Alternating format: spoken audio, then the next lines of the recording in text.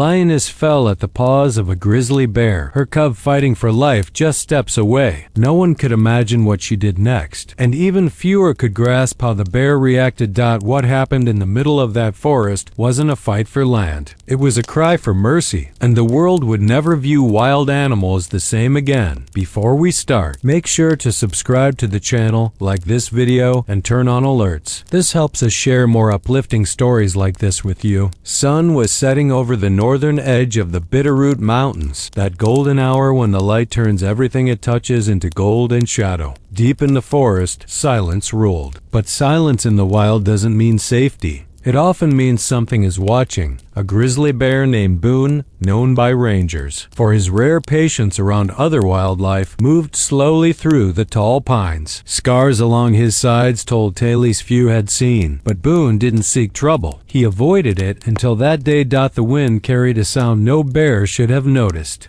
A cry, not a warning, not a threat, a plea. Sharp, desperate, motherly. Boone paused. Below, in a clearing torn by panic, a lioness staggered through the brush, her chest rising, eyes wide with fear. Foreign to these lands, clearly escaped or freed from a closed wildlife facility, she was out of place, out of strength, and out of time. Behind her, a whimpering cub, barely able to stand. Ahead of her, a silent grizzly. Most predators would see each other as enemies. One would chase the other off, or worse, but the lioness did something shocking. She lowered her head and crept toward Boone, her whole body shaking with desperation.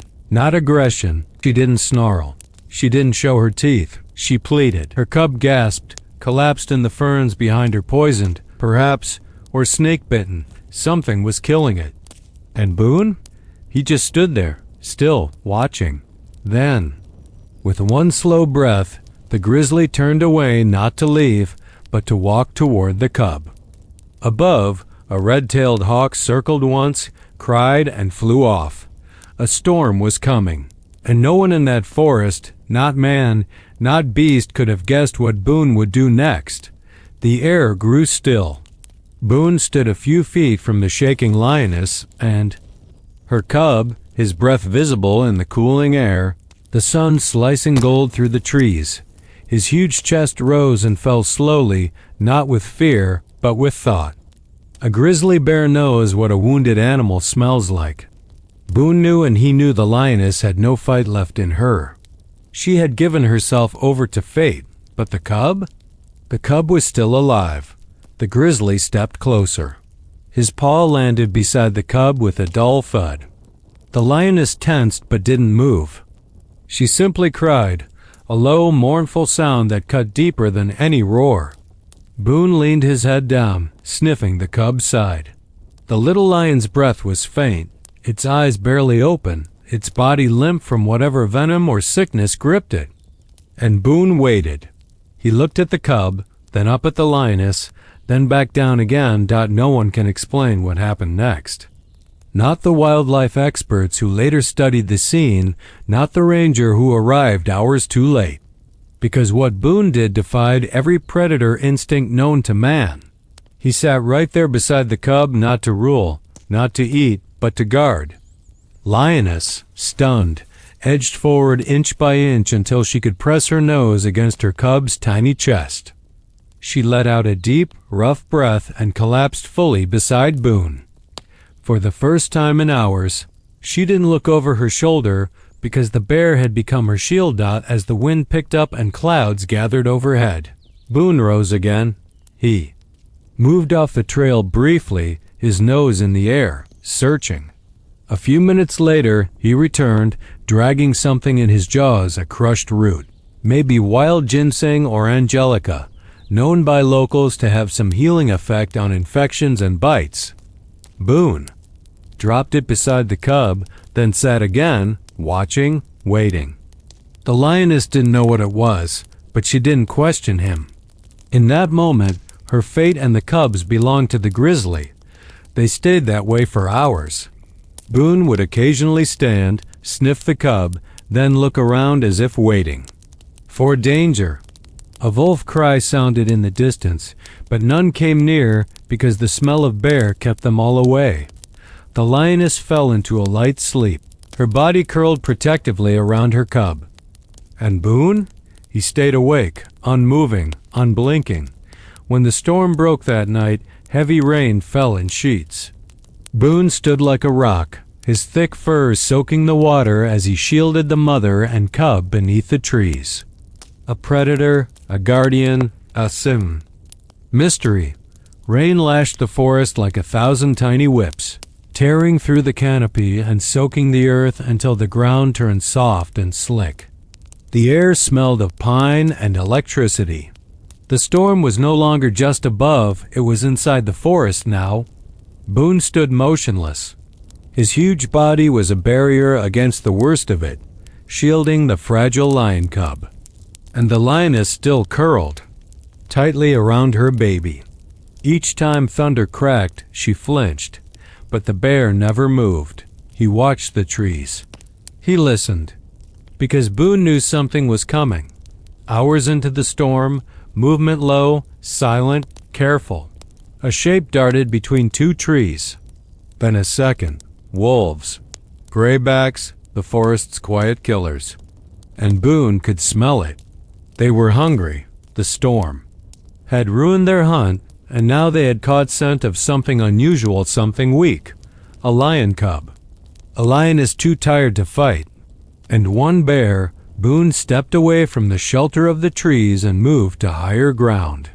His shape rose in the moonlight like a statue of war, a warning. But wolves don't fear signs. They test. A young male crept closer, teeth bared, body low. Boone waited, then charged forward with a roar that shook the air. Trees echoed with the sound, and rain scattered like mist around his rush. The wolf slid. Back stunned, but it didn't run. Neither did the rest. Boone stood his ground, his chest heaving, breath loud and wild. The pack circled. They weren't foolish, but they were desperate. The lioness, sensing what was happening, tried to rise. She couldn't. Her legs gave, her ribs too sore, her spirit too spent. Boone glanced back at her just once and chose. He ran toward the wolves. It was chaos. Snarls and fur and rain, all mixed in seconds. Boone swung his paw with crushing force, sending one wolf tumbling. Another lunged at his side and was thrown like a sack of leaves. But it wasn't a win. It was survival. One wolf managed to sink its teeth into Boone's shoulder. He roared, spinning, tearing the attacker free. Blood mixed with rain, soaking the earth in silence between strikes. The wolves didn't retreat until Boone let out a final thunderous sound deeper than rage. It wasn't just warning. It was claim. This clearing, this ground, these animals were his to guard. And they believed him. Minutes passed. Then the forest calmed. One by one, the wolves vanished into the mist, not beaten but refused. Boone, breathing hard, limped back to the clearing. He was hurt, a deep cut on his shoulder and a bleeding paw. But he didn't stop. He returned to the lioness and collapsed beside her, body touching hers lightly. The cub cried once, then drifted into sleep. Boone's eyes slowly closed as the rain eased to a soft whisper on the leaves above. And the storm, the one inside and out, finally ended. The sun rose gently over the ridge, not with brightness, but with the soft golden glow that only comes after the worst kind of storm. It filtered through the torn branches, shining off the soaked earth and blood-stained ferns like light touching broken glass. The forest had survived the night, but not without marks. Boone awoke slowly. His side hurt. Dried blood crusted on his shoulder where the wolf had bitten deep.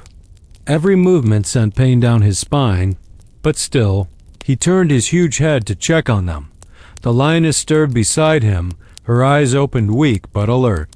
The cub, small, fragile, but breathing, rested beneath her paw. They had made it through together, not far away. On a trail winding through the forest edge, a park ranger named Mason Rivers had been tracking odd sounds reported the night before. Locals had claimed they'd heard screams, roars, and a storm like None before. What Mason found when he stepped into that clearing would stay with him forever. He froze. Less than 30 feet away stood a grizzly bear soaked in blood and mud, flanked by a lioness and her cub. A single human instinct rang in Mason's chest. Danger. His hand touched the tranquilizer rifle on his back, but something stopped. Him. The bear wasn't standing. The lioness wasn't snarling. They weren't fighting. They were leaning on each other. Mason lowered his hand. He crouched slowly, watching. The lioness noticed him first. Her ears flicked toward the sound of his boots on wet ground. But instead of running, she merely watched. Boone lifted his head, too. His eyes met Mason's. What the ranger saw wasn't anger. It was tiredness and something else. Recognition. Not of him, but of something older, something instinctive. A presence that did not wish to harm. Very gently, Mason pulled out his satellite phone and called the rescue team. "You're not going to believe what I found," he whispered. Asterisk. "I know, I'm not stepping in. Not yet. I think they're caring for each other." Asterisk. By mid-morning, the sanctuary's mobile vet unit arrived, staying well back. Mason stayed in the Fizina, clearing alone, his voice low, his movements calm. He laid out clean water in a steel bowl and placed it near the lioness, far enough not to upset Boone.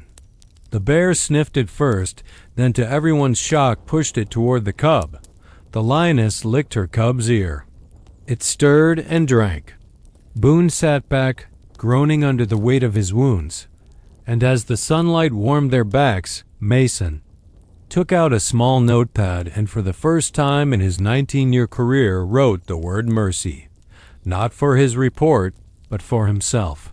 That morning, no cages were built, no dart was fired, just a man who watched what happens when nature does what we rarely do, choose care over survival. 2 days passed. The clearing had become a safe place, not in name, but in quiet. The rangers kept their distance. The vet team set up camp half a mile away, venturing in only to drop food and clean water. They followed one rule: do not disturb the bond. And that bond was changing everything. Boone's wounds had begun to heal, but infection loomed.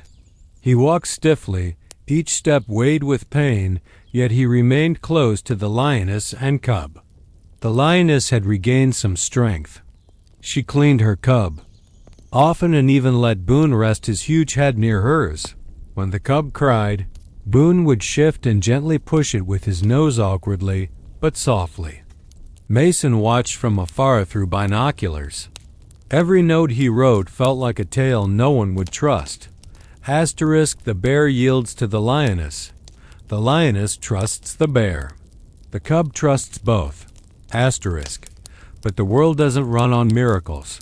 The sanctuary director, Dr. Lisa Firth, arrived by helicopter on the third morning.